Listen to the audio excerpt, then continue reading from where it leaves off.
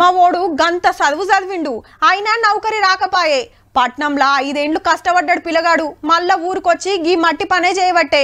నీతో పాటే చదివిండు, వానికి గంత పెద్ద నౌకరొచ్చే. నీకెందుకు రాలేదురా? చిన్నదో పెద్దదో జాబ్ చూసుకుంటావు, మాకింత ఆసరైతావు అనుకున్నా. గిట్ల బాధపడుతుంటారు ఇండ్లల్లా. మరి అట్లా ఎందుకు అవుతుందంటే మన చదువులు అట్లున్నాయట.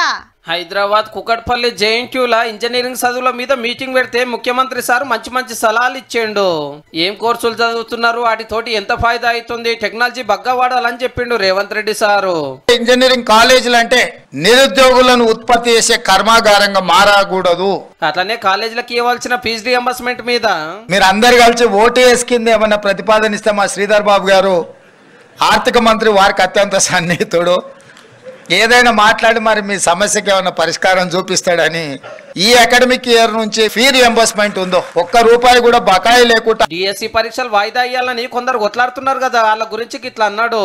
నువ్వు పార్టీలో ఏం ఉద్యోగం ఇవ్వలేదంటే సార్ ఇప్పుడు నిన్ను ఇల్లడమే ఆయన పైన అంటే అందుకే ఆయన దీక్ష కూర్చున్నాడు సార్ అన్న. ఇంకో పిల్లగాడు కూర్చున్నాడు గాంధీ హాస్పిటల్లో చేరాడు. అరే పాపం నాకు తెలిసినోడా పిల్లగానికి ఏమన్నా కానీ ఏం పరీక్ష రాస్తుండే, అవసరం అయితే స్పెషల్ కోచింగ్ అని ఇప్పిద్దామంటే ఆయన ఏం పరీక్షలు రాస్తున్నాడు సార్, ఆయనకు లీడర్ చెప్పినట్టు నువ్వు చేస్తే బాగా పేరు వస్తుంది. ఏ పరీక్షలు రాయనోడు, ఏ ఉద్యోగానికి పోటీ పడనోడు నిర్వహిస్తున్న పరీక్షల్ని వాయిదాలు వేయండి అని చెప్పి దీక్షలు చేస్తారు. ఇన్నేళ్ళు జాబ్ల కోసం తనలాడి ఇప్పుడు వాయిదాలు అడిగితే ఎట్లా అనుకొచ్చిండు సీఎం సారు. పక్కా జాబ్ క్యాలెండర్ అమలు చేస్తాము అన్నాడు.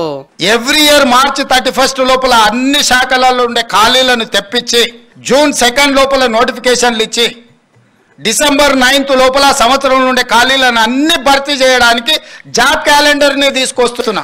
అయితే ఇంకా స్టూడెంట్ వాలంటరీ పోలీసింగ్ మీటింగ్ నడిచింది. ఒకరోజు వారి దగ్గరికి నేను కాగితం తీసుకొని వెళ్ళిన, ఈ రోజు మా ప్రాంతానికి అవసరం ఉందని. ఈ రోజు ఏదైనా అవసరం ఉంటే వారు నా దగ్గరకు వచ్చి ఇది సమాజానికి అవసరం ఉందని చెప్తున్నారు.